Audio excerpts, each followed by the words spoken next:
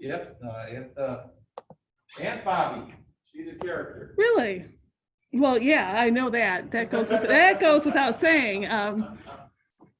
She would know my mom as well. Okay. I don't think it really matters.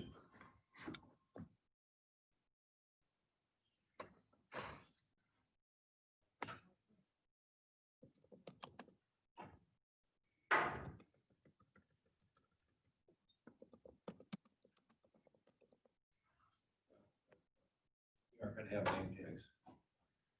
Who do you think it's gonna be, me and 45th, just east of Calumet Avenue, and acceleration of the underpass and 45th Street continue.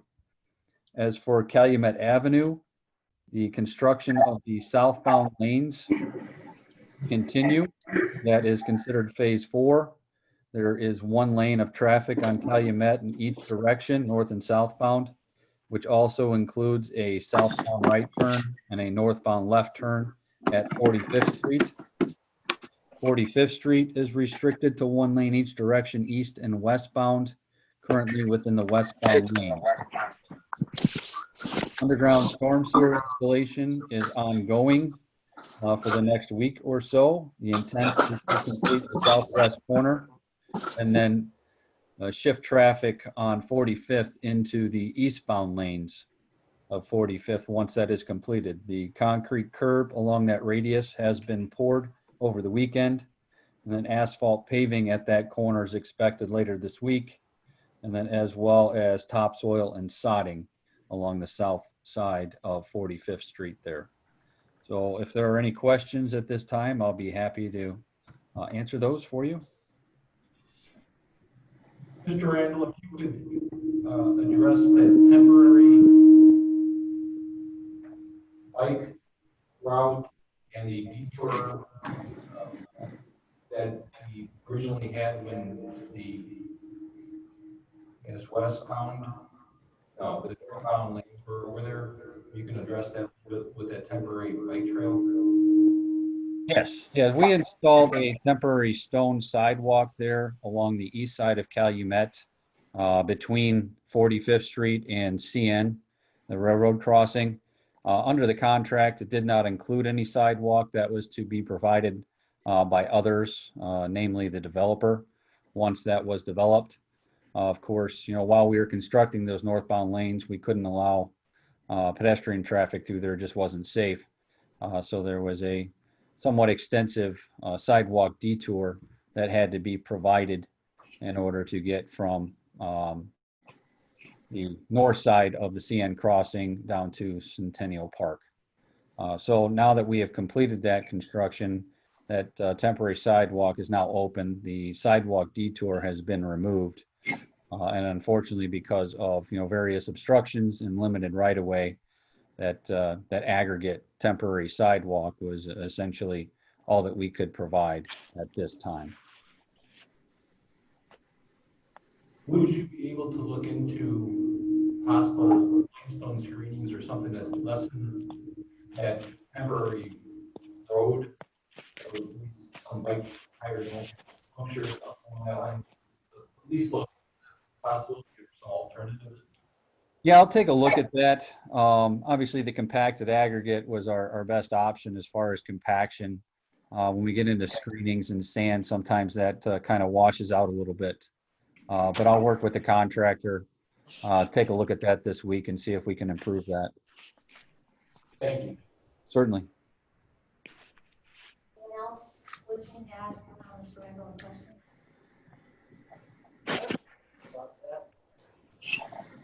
As far as the dirt on Calumet Avenue, everybody going into the lane.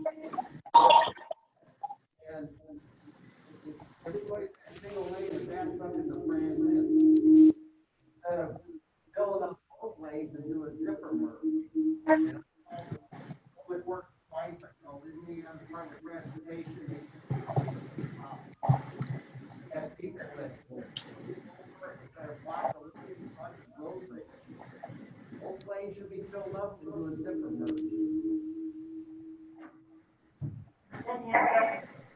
is do use for merge, and I know Chicago actually was just recently talking about doing, they were going to be educating. Yeah, I'm trying to mute everybody that I can.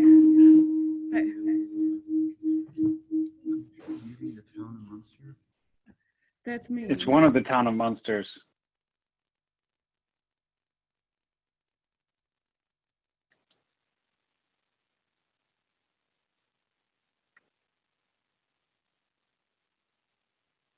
The echo is gone, but I don't hear anything now. And I'm here, by the way. This is Steve.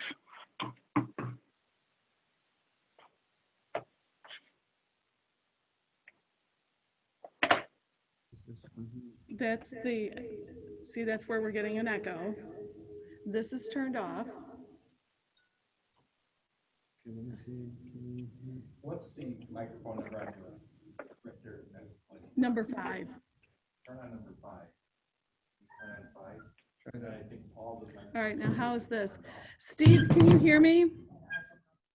I can hear you, Wendy, yes. That's on. So let's turn on. Yes, I can hear you. Can you hear me? Andy, Dr. Andy, what's your number? 6. Everything's but 5. Turn down. So 5 is on. Let's just test this. Keep that one on. Steve, can you hear me? Yes, I can. Can you hear me, Wendy? Steve? You need to have that. Yes, I can hear you. Can you hear me? Back on Steve, can you hear us? Steve, can you hear me? He's got his, like he's signaling. Yes, I can hear you. Can you hear me? Yes, now I can. Now this will record. Okay, too. wonderful. Okay. All right. All right, we're going to take it from here. All right, I'm going to unmute, I think Ken, I muted him. But can somebody hear Leanne talk? I'll speak, I think I can speak loud enough. I'll louder than this when I do it. I think we should go through there. Hello. still. I can't find Ken. That's what, just turn them We all turned off, off that these one microphones. to I try think to these start microphones feedback. are giving I the think you feedback might to have to that. turn those on now. Okay, you did something different here? Yeah. We Okay, need to so- turn So which one are you going to talk? This is 3.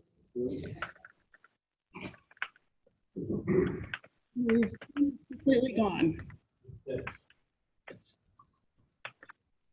Steve, could you get in touch with Ken?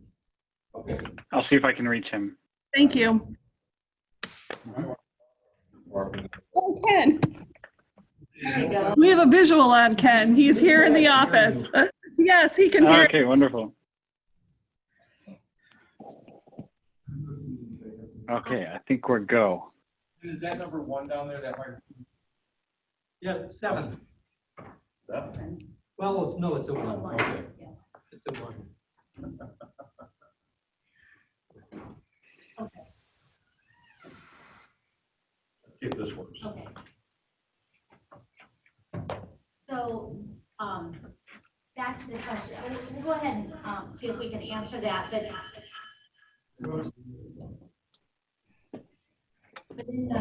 usually when it just come up when we have this public meeting, like public, into the public, you can ask those questions. But that's okay.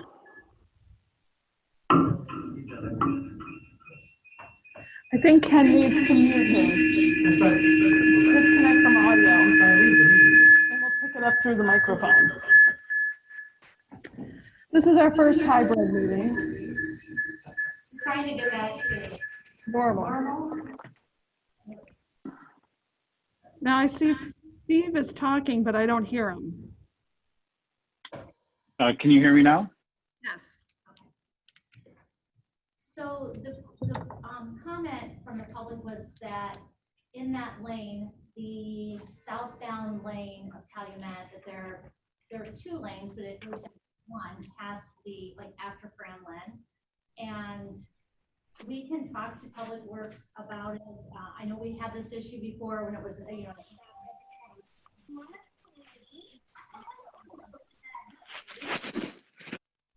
they get upset and they block the lane, but then if you do that, you can't get through the light. And then that causes issues, so, we will take that concern, see what we can do with signage, or Lee, do you have any suggestions? I'll make a sign and put it up. I'm sure you're not the only one that feels that way. I just, sometimes depending on how the traffic is flowing, we'll be told it's something that I don't know will cause a problem. They'll tell me, well, that's gonna have an unintended consequence of X, so. And Mr. Randall, have you seen any, what do other construction sites do when there's situations like this that arise? Have you seen any other examples? So I guess the issue is southbound at Franlin. I'm sorry, with all that other backfeed, I had trouble understanding. I think the question is the traveling southbound, merging down to one lane. There's discussion about a zipper merge versus the traditional where everybody gets in one lane really early, and people get mad because some people at the very end merge in closer to where the merge happens. So there's a discussion about a zipper merge, and that's where I'm asking, or just inquiring to you, what have you seen in the construction field? Well, I guess you're asking if we could, extend that lane restriction further north so that there isn't the 2 lanes on the south side of Franlin? No, it's not really that, because we realize you need to move that traffic down to 1 lane. Yes. Again, I don't think it's really a construction issue. It's more of a management, and that we can discuss as staff and with our staff. We don't need to make it 1 lane for a half mile away from the construction. They do sell signs that you can buy that say, use both lanes until you get to the front. And that way everybody knows that you can be in either lane, and that it's the right car, the left car, the right car, the left car, and it goes very smoothly. Okay. Well, I can certainly work with the subcontractor for the maintenance of traffic and see if we can add additional signage that will allow, to kind of promote people to utilize both lanes until that lane restriction, until that right lane ends. Thank you. Thank you. Sure. Anyone else who can question from the council? Thank you, Lee. Appreciate it. Certainly. You're welcome. Thank you. That time, with a proclamation celebrating the 80 years of Independence Park Children's Parade, which I'm sure everybody out here in some way, shape, or form has enjoyed it with their kids or grandkids, or if you live in we went for years, or if you live in the subdivision, you see it right outside your door. It's a wonderful event. So please bear with me as I read this. The proclamation of the Munster Town Council, Independence Park Children's Parade. Whereas the town of Munster was organized in 1907 with a population of 500, after 1920, growing numbers of commuters launched the suburban era. The Great Depression halted all growth until the late 1930s, when a war-induced regional housing shortage generated the working-class-oriented development of Independence Park. And whereas the Independence Park subdivision was submitted to the Town of Munster Plan Commission on April 28, 1939, and whereas Independence Park, an cut-style homes, is located east of White Oak Avenue and south of Bridge Road via Independence Drive. The generally curved or horseshoe-shaped streets in Independence Park boast names that honor America's struggle for independence, such as Bunker Hill, Revere Court, and Washington. And whereas on July 4th, 2020, the Independence Park Children's Parade commemorated 80 consecutive years celebrating national and neighborhood pride. And whereas the annual parade is woven into the personal lives and traditions of Independence Park past and present, the descendants of the residents of the town of Munster and beyond. Now, therefore, be it proclaimed by the Munster Town Council that the residents of Independence Park are hereby congratulated on its love of community and is encouraged to continue its patriotic and community. And at this time, I'll present, I'd like to present with the proclamation. Larry Kyleman.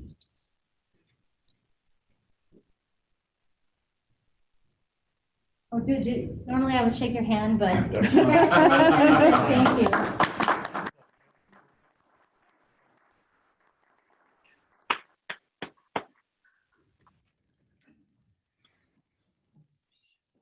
Mhm. No. What number is that one? We're good, thanks. Hi, my name is Larry Kyle, and I was a resident of Munster from 1972 to 1994. I currently live in the Hessville neighborhood of Hammond. And my formative years were spent from 76 to 94 in Independence Park. This parade was in danger of not celebrating its 80th year this year due to conditions as they are.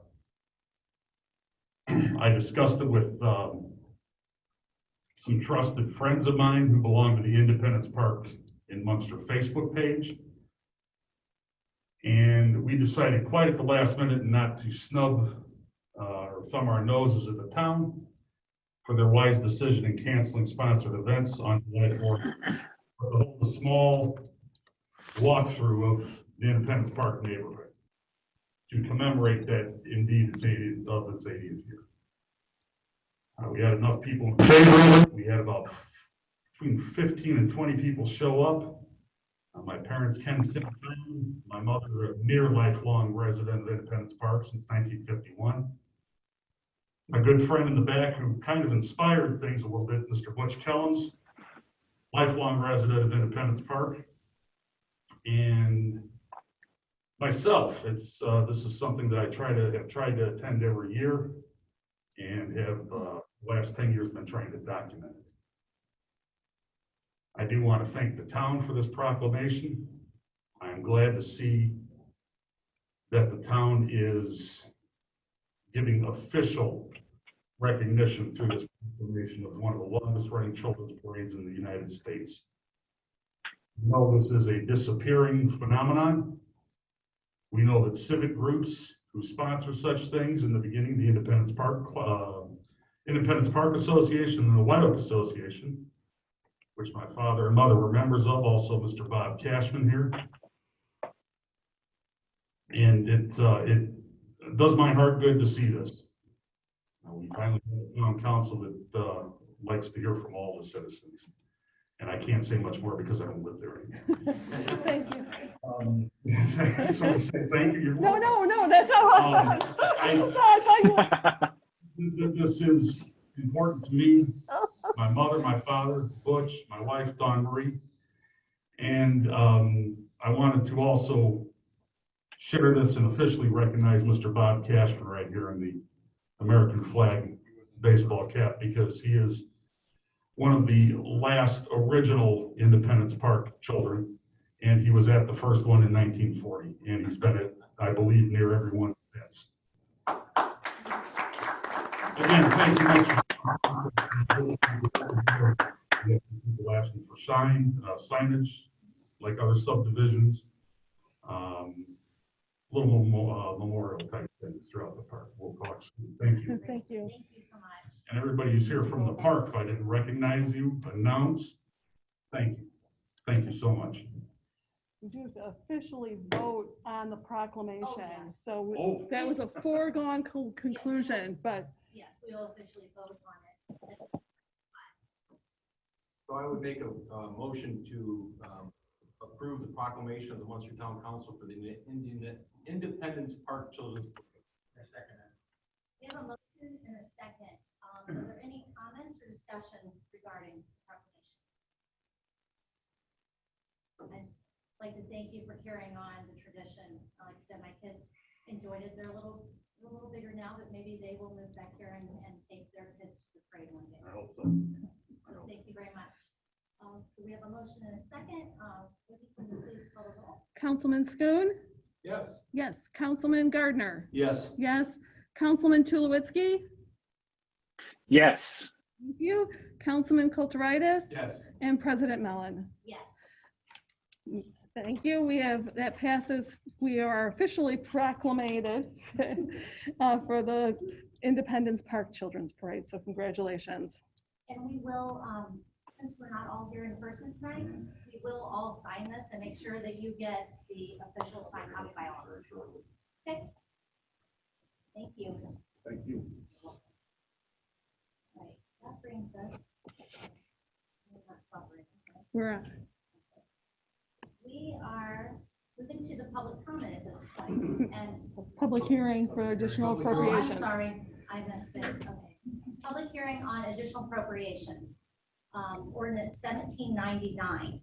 And with that being said, if you are here in person and would like to speak on ordinance 1799, that's what we're open for at this point.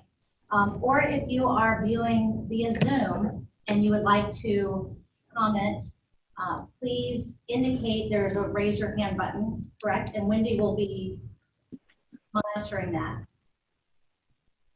So we will go first with in person. Is there anyone here in the public who wishes to speak regarding ordinance 1799?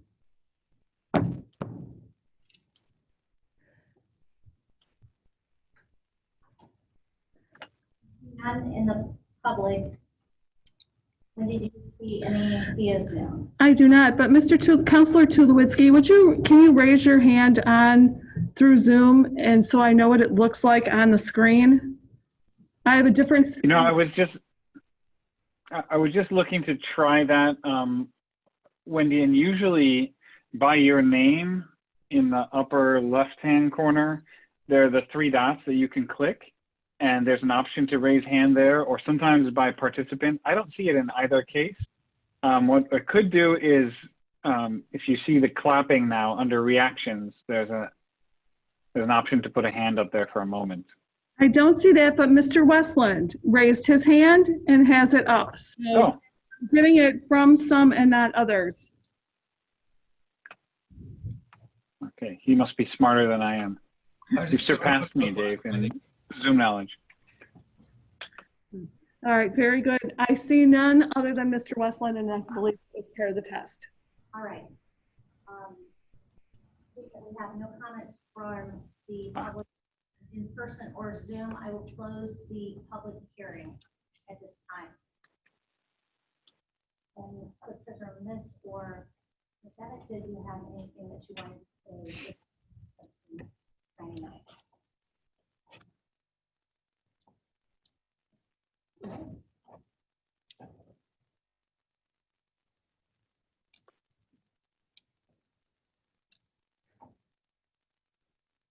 Councilors?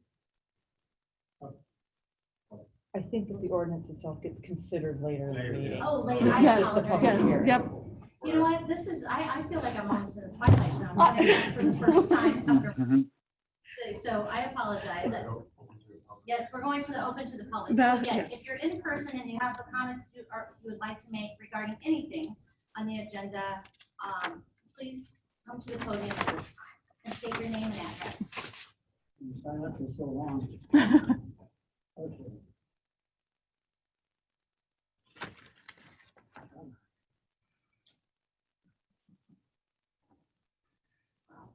It was on before. It was. And Mr. Kylan was able to use it.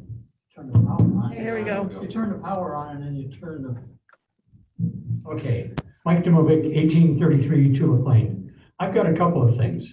Number one, I printed off the minutes from the last town hall meeting, and I was looking at the public comments. On the one about the face mask, I don't see any responses.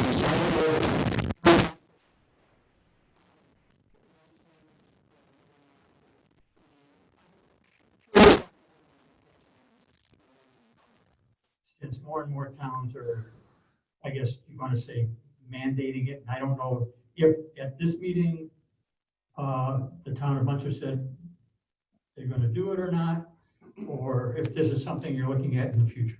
No, we actually did not make a comment back or a decision on that.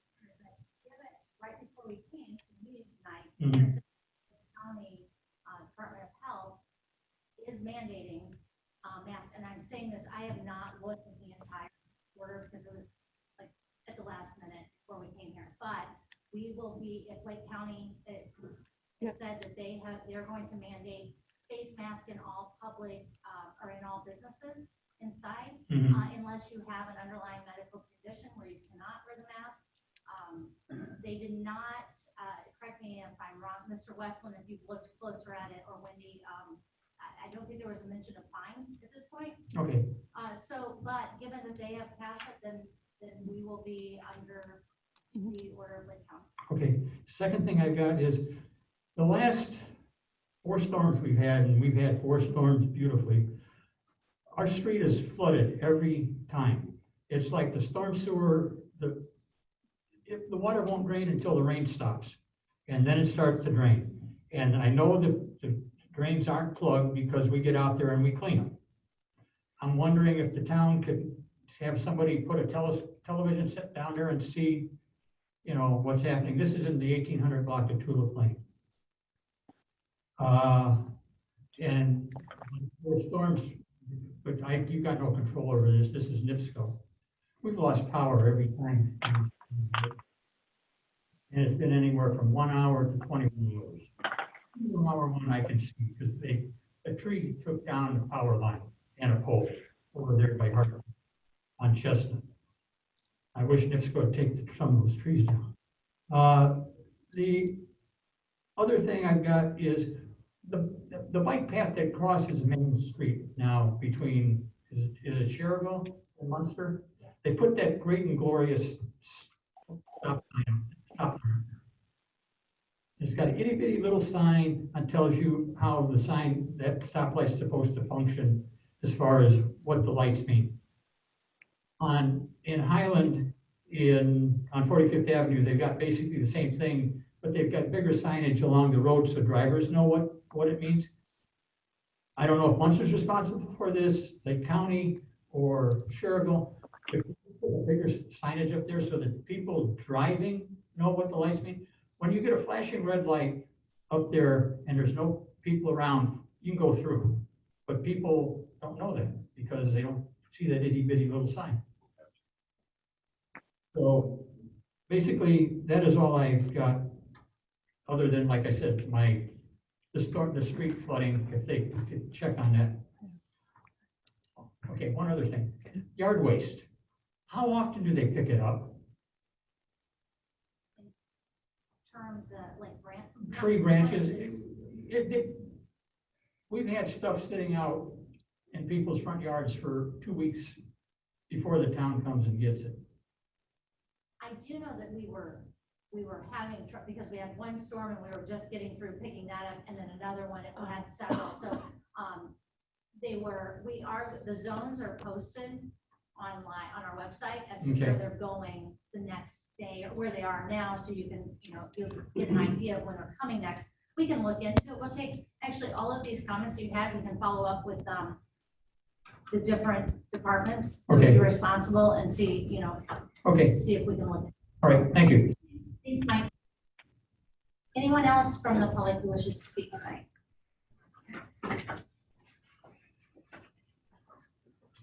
Hello, my name is Mike Jankosik, and I live at 10245 Troywood Lane. So a couple weeks ago, I submitted an email to Dustin, which I believe he read or sort of spoke to at the last council meeting regarding the crowds at Centennial Park. So I'm a big user of the park, my wife, a lot of our friends and neighbors are, and increasingly over the last 3-4 months, it's just gotten really crowded. And if you do sort of a drive-by through the parking lot, you notice a lot of Illinois plates.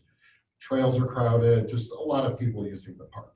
So we are talking like, how do you limit that? And clearly it's a public park, and I think part of the mandate is to have beautiful open spaces for people to use from Munster and surrounding communities, which is great. But I think when it starts having a negative impact on the experience of the Munster residents, it's something we probably need to look at, and also the increased maintenance of the park used by other people. So I just sort of, in the email, put a solution together about how you can limit to some degree, and I thought of putting meter parking in. So if you go to the city of Whiting to the Lakefront Park, you pay $5 to park there. And that really helped limit people sort of coming in from out of state. And if you want to come and enjoy it, that's great, but you got to pay a $5 fee. So if you go to City of Chicago, you're probably very familiar with the parking meter system. You either use an app or you can sort of go up to the meter box and get a little ticket, you stick it in your window, and you can park for 2 hours, 4 hours, 5 hours, all day. And that can be anywhere from $2 to $4 per hour. So I think that may be a potential solution to look at in terms of, we're again, not trying to limit people, but if people do want to use the facilities, at least the city can then increase or get some increased fees to help offset the maintenance. And then the big thing is, how do you monitor that, right? So there's a system I looked at, is called Parking Box, and they cost about $6,000 to $7,000 a piece. You could install one on the north lot, one on the south lot, and you get the little ticket that goes in the window, but then also everything is sort of up in the cloud, and you get a report of the usage when they're expiring. So if you have a lot of tickets that are expiring, you could go out and check them and see if people are actually paying and issue tickets. So that's another potential source of revenue. I mean, just some simple math, if you do 50 cars a day at $4, you're looking at $75,000 a year. So in fees. And then if you enforce it and you get 5 tickets a day at $25, that's $45,000 a year. So, I mean, it is a way to, I think, potentially, get some fees from the users. So. Thank you. Thank you. Okay. I'd like to follow up with Centennial Park. Can you please state your name and your address? My name is Brian Edwards. I'm actually a Lansing, Illinois resident, 3217 Otto Street in Lansing. And I've been a member of the dog park at Centennial Park for 6, 7, 8 years. And I visit that park twice a day, every day. And the way that park has been for the last month, okay, I've witnessed people using the stage to make exercise videos every day. People using the shelters without permits. Large crowds, trash on the ground, food on the ground, lighting off fireworks under the shelter, next to the children's playground. The kids were running like it was a game. Vulgar, nasty rap music turned up loud. F this, F that, kill, rape, right next to the playground. I mean, it's a disgrace. It's a disgrace. And like he said, even though I'm from Illinois, they are mostly people from Illinois coming over there. Whether their parks are closed or for whatever reason it is. They speed through the park. There's a sign posted 25 miles per hour, and it should be 10. Drinking alcohol all over. Throwing garbage, food containers on the ground. I approached one car that did that, and I asked them kindly to pick it up. And they said they would. They got in their van, and they left throwing garbage out the window while they were driving out. I mean, people feel intimidated just walking around the park. Most of the stuff happens in the evening, early evening, and on weekends. I think a lot of people, my personal feeling is a lot of those people probably don't have permits for those shelters. They don't have permits to make videos on the stage. And if they did have permits, I think they should be posted so everybody could see that there's a permit. What else do I have? Oh, they're cooking and grilling under the trees and in parking spots. Dog feces are on the ground all the way around the walking path. You know, not all the way around, but at different spots. People aren't picking up. Condoms on the ground in the parking lots. That's been going on for over a year.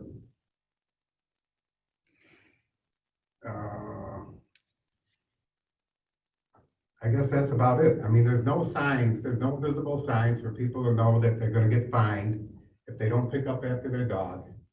Or there is a sign saying over 15 people need a permit to rent the shelter. It's way up here. And there's even a compartment up there on the roof with papers in it, like maybe an application to fill out or something, but you can't get up there. You can't even climb up there. I don't even know what it is. So it's a mess. The park is a mess. I've been going there for 6 or 7 years, twice a day. And this is the way it is this year.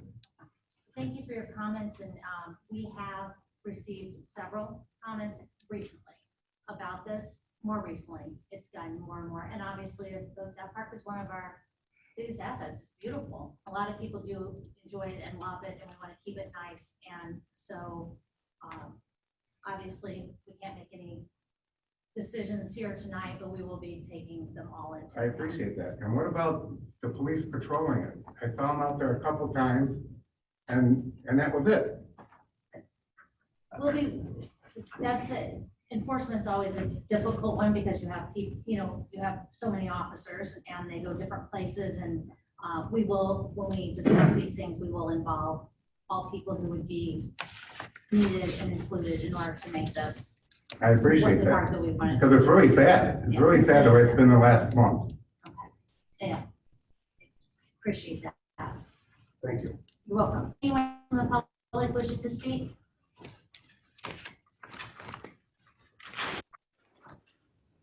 Hello, my name is John Colby. I live at 7905 Monroe. I've been there since 1973. Munster has been great, and I love the Centennial Park. I've been going there every day since it opened. And like it's been brought up, it's been kind of rowdy out there. And I always use the park down below.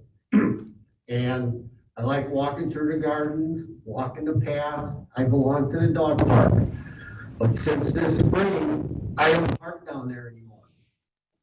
It's too rowdy, it's not family friendly. So I started parking up on top. A couple weeks ago, I'll just give you one incident. A lot been said. I'm sure you got the gist of it, but I'll give you one incident. I was leaving the park in front of the clubhouse, and there was this couple walking towards me in the driving lane. They were coming right at me, challenging me, and I'm driving 5 miles an hour, 8 miles an hour. And they didn't move over or anything. They were coming right at me. And I was going around them, and I said, why don't you use the sidewalk? They were 6 feet from the sidewalk. She yelled, shut the F up, as loud as she could. Everybody in the parking lot heard her. Everybody on the driving range heard her. That's what you're up against. I don't know how you're going to control that. It's a tough decision. So I just want to give you my little input. I'm sorry that happened. Thank you, John. Thank you. Is there anyone else who wishes to speak who is here in person? We're talking about parks. Name. Ken Kyleman, 2141 North Delaware. You just made a resolution for Independence Park. When are you going to finish the park that they started in the spring that looks like a grass bowl? I have an answer to that because someone had asked that internally, so we asked the Parks Department, and there's parts on back order. So we apologize that it looks so bad. There's garbage every place. Garbage? Okay. They've left their old parks laying there. There's dirt piled up. Mr. Collin, we will talk to the contractor tomorrow. Yeah. Okay, thank you. I mean, Yeah, thank you. It looks terrible, and it's been that way Okay. for a while. Thanks. Thanks. Thank you. I knew And I that. hope you get a new director of public or Hmm. parks pretty soon. Yeah. Why doesn't the town manager do it? Town manager is the interim park director until we have anyone hired. Okay, tell him to get it done. Thank you. Thank you. He's in Maine. Is there anyone else here? If no one else in the room would like to speak, we will move to the comments that we received via, given our Zoom meetings, we've asked that if people outside who they went to send in comments to our town manager, then he would forward them on to us. I can kind of summarize that we had the parks were mentioned, like you said, we've had mask support, mandating masks, don't support mandating masks. That now is not, that is out of our hands at this point because Lake County has passed that. So that I'll say, I don't know if I want to say it's resolved, but there has been a decision made for all of us in the county. And then there was traffic concerns of people cutting through on side streets off of Calumet to get to residents that are to get to businesses that are facing Calumet or Ridge Road. So going behind that Seaburger, so they get to Chase and McDonald's, et cetera. So we are entering all of those comments into our minutes, and they're duly noted. We'll take all those into consideration. So I thank you. Now will bring us to, lost my screen again, the consent agenda. I'll make a motion that we waive the rules and suspend the hearings and approve the consent agenda as presented. I second the motion. We have a motion and a second. Any discussion or questions? Seeing none, Clerk Treasurer Miss, can you please call for the vote? I will. Councilman Schoon? Yes. Yes. Councilman Gardner? Yes. Yes. Councilman Tulowitzki? Councilman Tulowitzki? Yes. Thank you. Councilman Kulturitis? Yes. And President Mellon? President Mellon says yes. We have 5-0 approving the consent agenda. Thank you.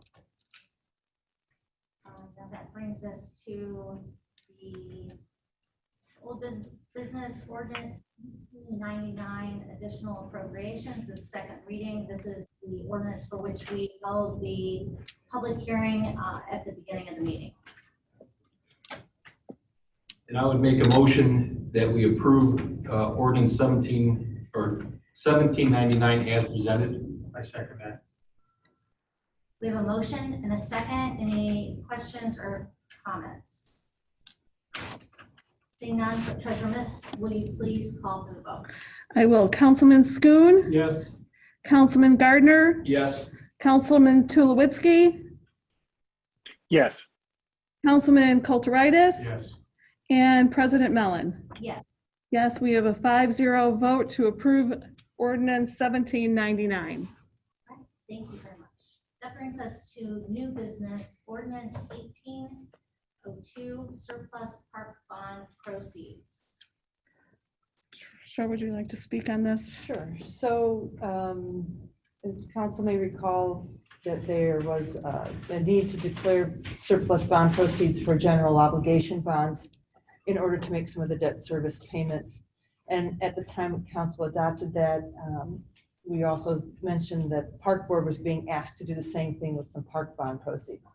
At their last meeting, the park bond did approve transfer of proceeds from old bonds to cover debt service for a current bond issue. They adopted their resolution. This resolution or ordinance is coming to you to confirm what the Park Board has already adopted.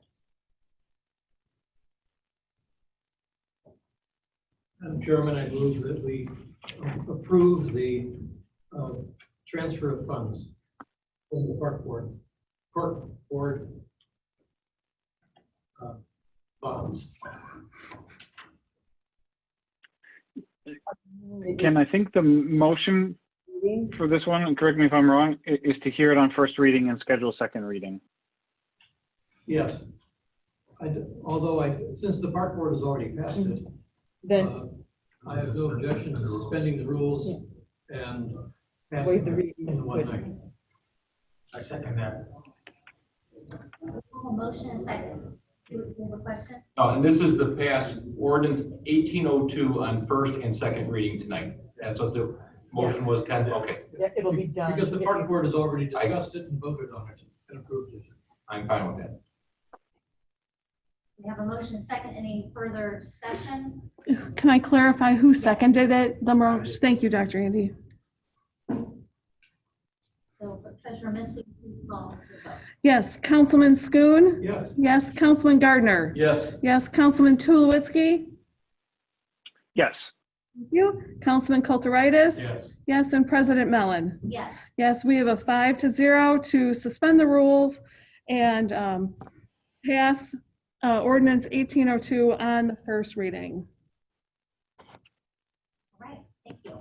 That brings us to ordinance 1803, establishing the Maple Leaf Crossing Planned Unit Development.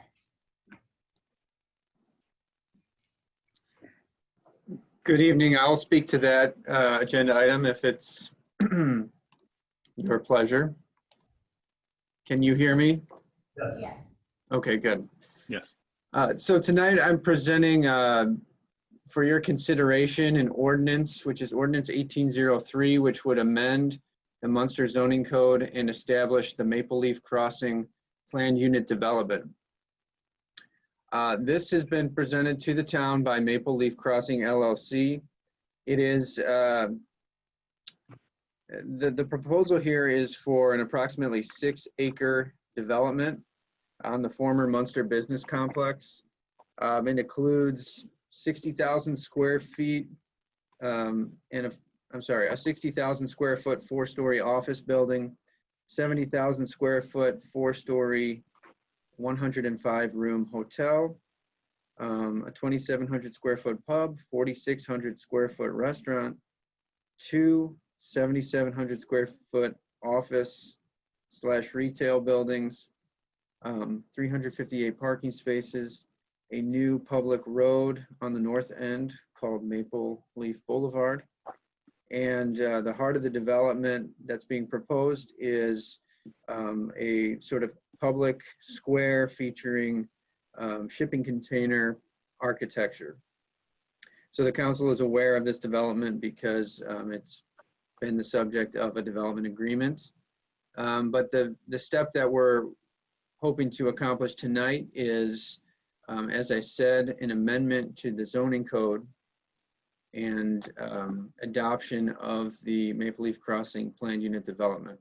So this development plan was submitted to the Plan Commission in early 2020. There has been a public hearing, actually a multiple public hearings held at the Plan Commission level to review the development and the various components of it. And then I'll note that on July 14, which is the last Plan Commission meeting, the Plan Commission did vote unanimously to forward to the council a favorable recommendation for approval. There was one condition that the Plan Commission included in their recommendation, which was to condition the approval on a traffic study for the intersection of Maple Leaf Boulevard and Calumet Avenue being completed, and the intersection and traffic signals to be designed and constructed prior to the receipt of a certificate of occupancy for any building. So, as I said, that's the recommendation coming from the Plan Commission. The components of the planned unit development, I won't get into them in too detailed of a manner, but they've been included in the staff report as, or the staff memo as an attachment. But there's a few different things that you would be asked to be approve tonight. There's an ordinance that actually establishes the planned unit development and kind of enacts the zoning amendment. There are a set of development standards, which are sort of the rules for the development.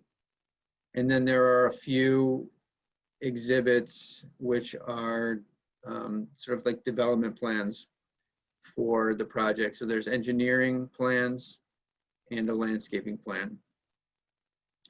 And those are the components of the planned unit development. There are various attachments included as part of the staff report. I'll take any questions if there are any, but as I said, the Plan Commission is recommending approval of that ordinance 1803.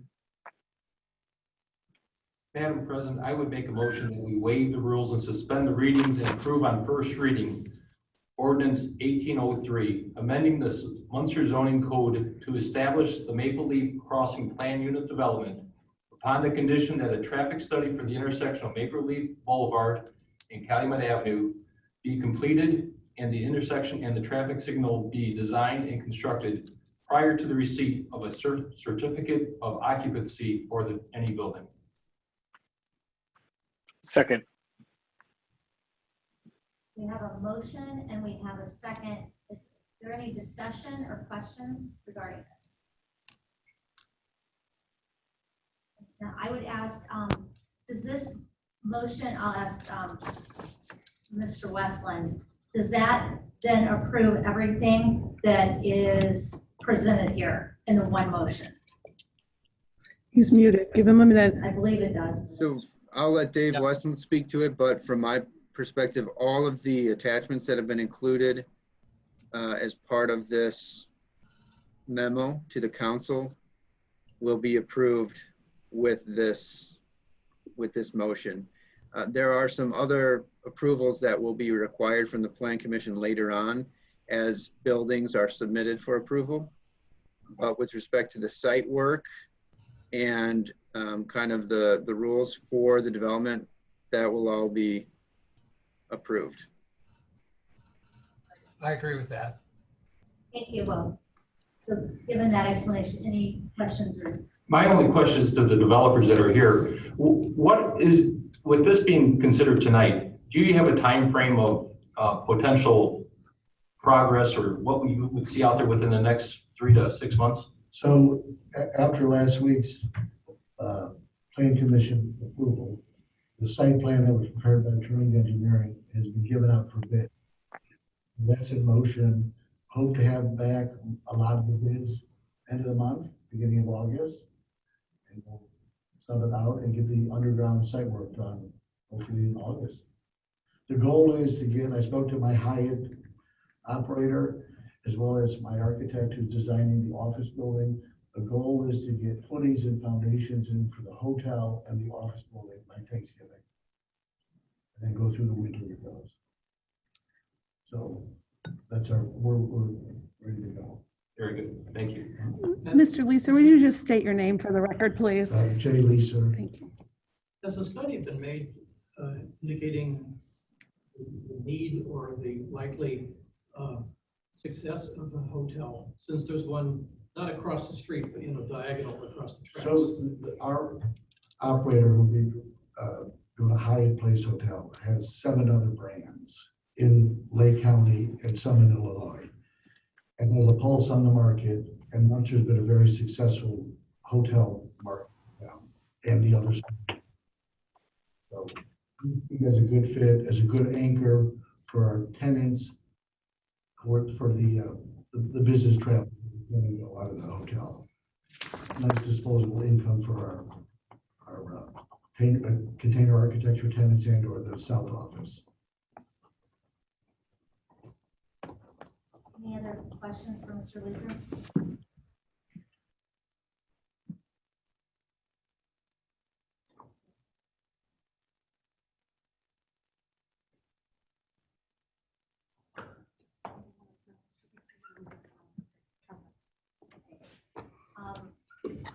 What Treasurer Mrs. said, we do have a handout from a public or a resident. Normally, we don't take questions regarding, at this point, that's all for the public comment in the beginning. But I just want to acknowledge that we did see the hand raised. If you have someone that person wants to call personally and ask a question, call us or send an email, that would be fine. So at this time, we have a motion and a second. Treasurer, you want to please call the roll? I will. I have the motion from Councilman Gardner, and it was seconded by Councilman Tulowitzki. Councilman Schoon? Yes. Yes. Councilman Gardner? Yes. Councilman Tulowitzki? Yes. Councilman Kulturitis? Yes. Yes. And President Mellon? Yes. Yes, we have a 5-0 vote to waive the readings and pass 1803 on first reading. Thank you. Thank you all. We look forward to the improvements we'll be making on Calumet We Avenue. look forward to the buildings going up. Thank you. Thank you. Madam President? Can you hear me? Yes. This is Steve. Sorry, I sort of missed the opportunity. You had asked if there was a question. I just wanted to make a comment about Maple Leaf Crossing. It will not impact the vote, but from the Plan Commission, we have reviewed this extensively. In the planned unit development, there are a few deviations from the code this is the purpose of a planned unit development, and we found that the deviations have been tasteful and thoughtful. We're all excited about this development coming to town, and it's really remarkable, all of what will be put into that space if you think about what those 6 acres had prior. So I misinterpreted that was the call for comment, and that was my only comment on this, but I didn't want to let the meeting go by without sharing that. So thank you. Okay, thank you, Steve. I apologize. This isn't the easiest way to conduct a meeting because we're all. I know. So thank you for adding that. I appreciate it.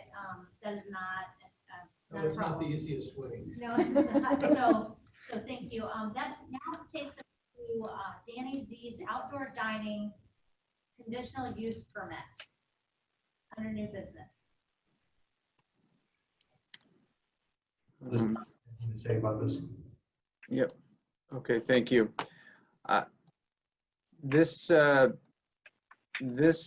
agenda item is a request for town council approval of a conditional use permit for an outdoor dining area in a CD4A district to allow a covered patio at the Danny Z's restaurant at 1860 45th Street. This application was submitted by Daniel Zunica, who owns Danny Z's restaurant.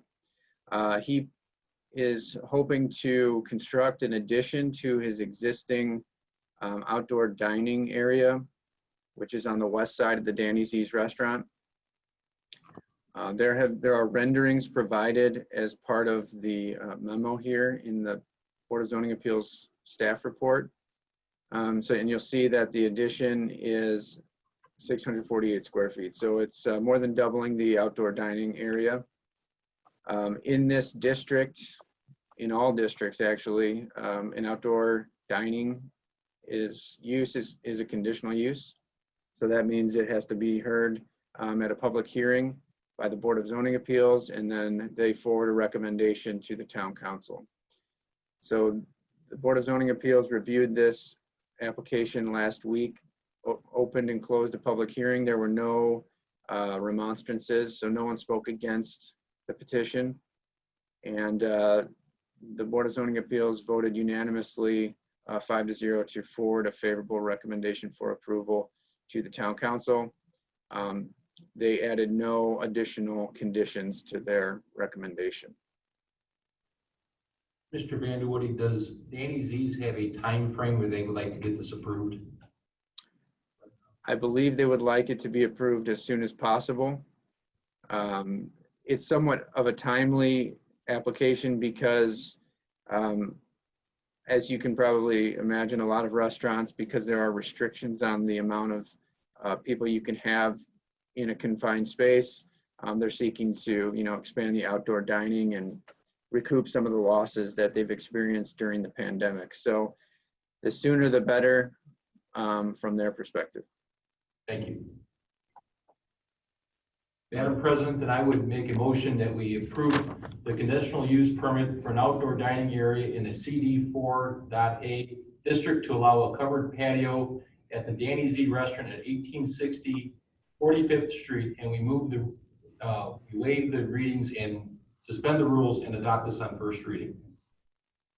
Second. And we have a motion and a second. Are there any comments or questions regarding this item? So, Madam President, because this isn't an ordinance, it doesn't require multiple readings. So I would just, Mr. Gardner's motion's terrific, but it's a little bit superfluous. It just needs a motion to approve. He does a great job. Mr. Weston, you're taking the air out of my balloon. Right off the And he had the words right. Yes, Then I will take back my motion. And I would just make a motion that we approve the conditional use permit for an outdoor dining area in a CD4A district to allow a covered patio at the Danny Z restaurant at 1860 45th Street. You did well that time too. Thank you. I second that. we have a motion and a second. Appropriate motion and a second now. I would just comment that, first of all, it looks really nice. It actually looks like it'll be an improvement to the site. It looks very nice, and I would encourage any business that can that has the space to do this and can do it properly, that it is a good way to expand the space given the constraints that have been on all of these restaurants. And I think we all thought it may be lifted by now, but it doesn't look like that's happening anytime soon. And we want to keep our businesses. So wish Danny Z's and all of our other restaurants luck. And at this time, if no other comments, I'll ask the Treasurer Miss to call for the vote. Councilman Schoon? Yes. Councilman Gardner? Yes. Councilman Tulowitzki? Yes. Councilman Kulturitis? Yes. Yes, and President Mellon? Yes. Yes, we have 5-0 to approve the conditional approval for Danny Z's covered patio, which does look lovely. Thank you very much. The picture looks great. Yeah, it Yeah. does. That brings us to reports. There are no regular reports, so I'll move on to the portfolio reports. Councilor Gardner, do you have any reports regarding boards on which you serve? My only report is that the plan committee members have asked that we look at different times of starting the plan commission meeting with regards to the board of zoning meetings on Tuesday nights. So I'm not asking for any action tonight, but that's something that the staff and the boards will discuss in the next month or so. Very good. I know they got started very late, later than the indicated time because of BZA. I know. Okay, so that's all for you. And so, Councilor Kulturitis. No, pretty much we approved the two topics I was gonna bring up was Maple Leaf and Tennessee, so Okay, I do not have any other reports. all right. Thank you. Councilor Schoon? I'm pleased to report that the search committee for the new park director interviewed 5 candidates this last week and selected 3 of them to be brought to Munster to have face-to-face interviews with the park board. All right, great. So we're moving along, and all 5 could have been director. So we felt good about the 3 that we chose. Nice, thank you. And Councilor Tulowitzki, can you hear me? Yes, I can. Can you hear me? Yes, do you have anything to report?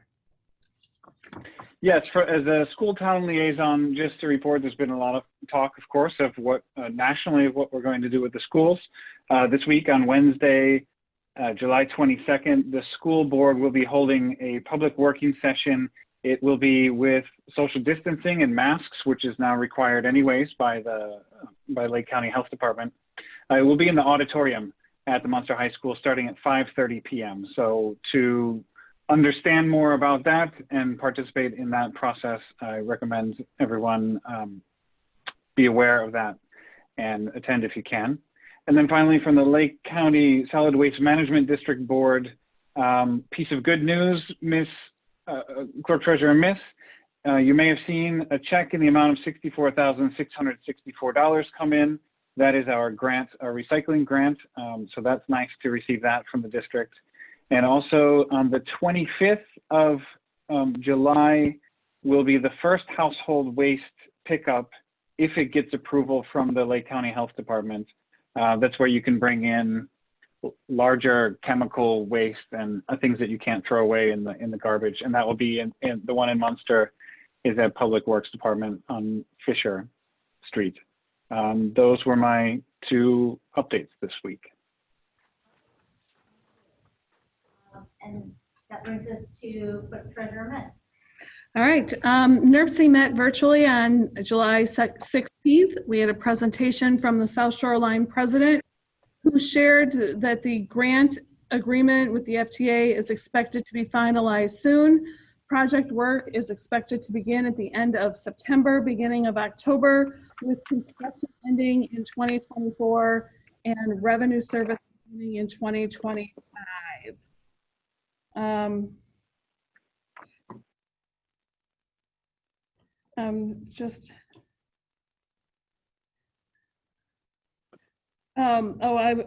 had written this up earlier in the week, and I wanted to share that the Lake County will be looking at We'll be considering at their meeting tomorrow night to take Lake County action, countywide action to encourage residents to complete the census. And I have emailed our Lake County councilman my support of such action. And much to my embarrassment, I do not have any census numbers for us tonight, but mouths are agape. But last time I checked, we were number 7. We did get a write-up as part of the Lake County Council consideration, because what's happened is St. John, Munster, and Dyer are some of the top performers in Indiana, but the balance of Lake County municipalities are not faring as well. So I know that we're doing well, but we will, so that's something that's an ongoing issue, so. Do we have to stay here until you get those numbers? I could, but I'm sharing the screens. Everyone see all my, all my secret places that I go for the census. So my apologies. Clerk Treasurer Miss? Yes. Yes, Mr. You just reminded me during the NERC update that Councilor Gardner and I this week met with the IU Environmental Resilience, some representatives from the IU Environmental Resilience Institute, which did get a slight mention at the NERC meeting. So I thought this might be an appropriate time to mention that, if that wasn't on your report. Essentially, it is a subsidized way for us, and many members of the region are interested in doing this year, to get a baseline of our energy usage and carbon emissions and all of that. So we met happily with them, understood that you had maybe met with them as well, and that would be taken to NERC. It was discussed at the NERC meeting, and it is something that I believe they're putting on the agenda for the next full board meeting, if I understood it correctly. Yeah, that sounded like an opportunity that Chuck and I will bring further to the council some more details, but it was very nice to meet with them this week. Good. That brings me to the president's report, and I basically was just going to touch briefly on the governor's his latest executive order, which now I'm going to actually let Mr. Westland help us with this, because he knows much better than I do, but I do know that we were taken back to participants at the event over 250, even outside, are not allowed. So we did not have move forward. We can move into phase 5. Like he said, you can help me, but for 2 more weeks at least. Is that what it was from there?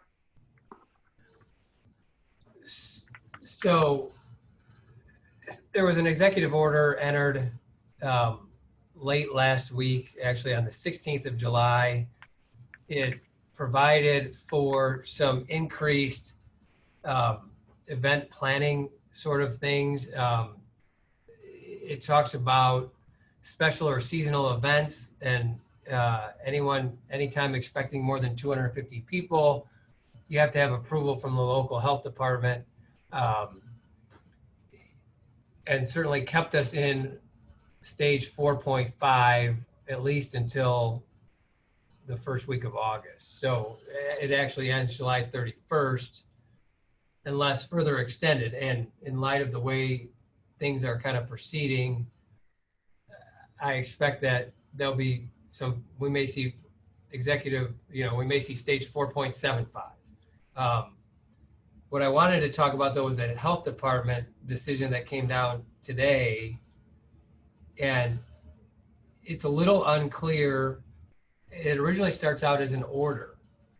However, in the body of the order, it says that a face covering over one's nose and mouth should be worn by persons entering an enclosed public space or enclosed place of business, unless persons have a medical exception, etc. However, so there's a should for the patron, but for the business itself, the next paragraph says all businesses and public accommodations that are open to the public must ensure that all customers and visitors are complying with the requirements of the above paragraph. And then it says businesses may ask customers not complying to leave. So, and there's no penalty provision in this Lake County Health Department order, but it seems to put the onus on the business to ensure that those attending that business or patronizing that business wear a mask. And then it goes on a little bit more about schools, but the upshot is that the onus is on the business or the public accommodation to make sure that anyone that's there is wearing a mask. But, Dave, excuse me, but you said there is no enforcement in regards to this or no penalty. Correct? The order itself does not specify a penalty. Now, Governor Holcomb's executive orders in the body of the orders say that they can be enforced by statute, and then there is a penalty provision in the statute. I wonder, practically speaking, what the enforcement mechanism is going to be for a Lake County Health Department order and what they will ultimately do. I mean, if I was a business owner, I would certainly would want to make sure my customers comply. I wouldn't want to be the test case, let's put it that way. So, I mean, if you, now, unfortunately, I'm using the example. So if a business has a person in there and they're not complying, is call 911? They say they may ask them to leave. If they don't leave, then yes, it would be trespassing. And it would be up to the police, the local police department, to enforce removing that person from the site. Thank you. I see a problem with the word, the businesses would ask the customers to comply when the complying means that they should do it, as opposed to complying means that they must do it. Yeah, so Mr. Schoon is correct. I mean, I don't want to. It says, you know, patrons should wear a mask, and then it says businesses must ensure that all customers are complying. And then it says if they don't comply, businesses may ask customers to leave. Should and may. So, you know, obviously this is hot off the press, you know, as of a few hours ago. But I would suggest if I owned a business, I could ask them to leave if they didn't leave. But I wouldn't want to be the business owner that was just letting people not wear a mask kind of willy-nilly.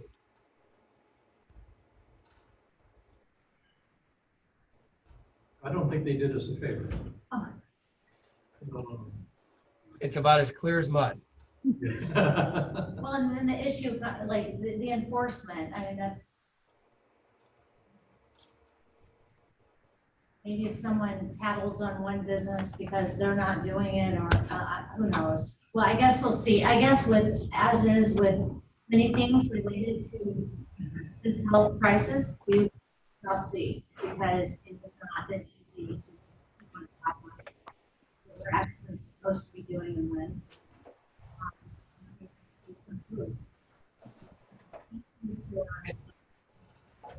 That's all I have tonight.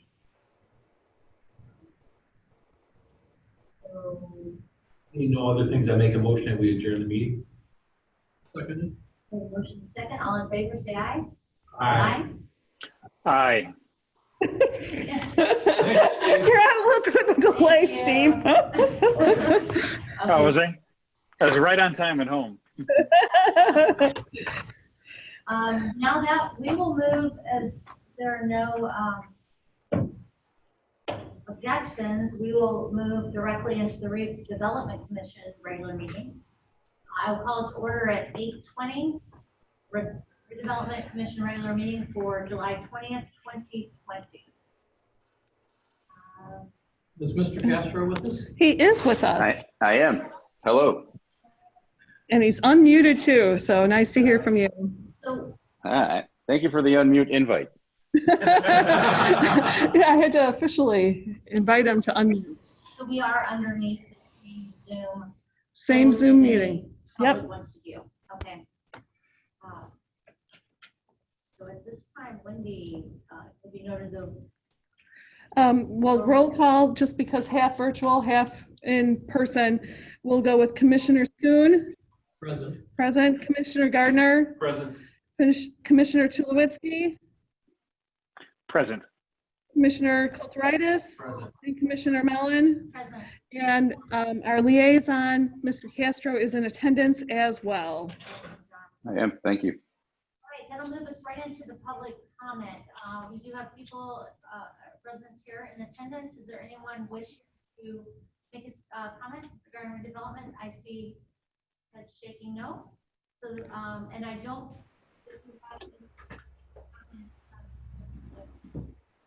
I have nothing and no hands. I do not see any hands raised.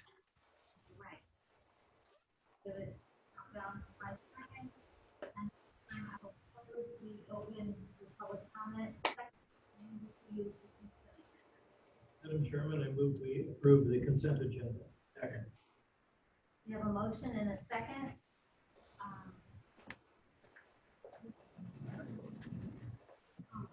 Yes, Commissioner Schoon? Yes. Yes. Commissioner Gardner? Yes. Yes. Commissioner Tulowitzki?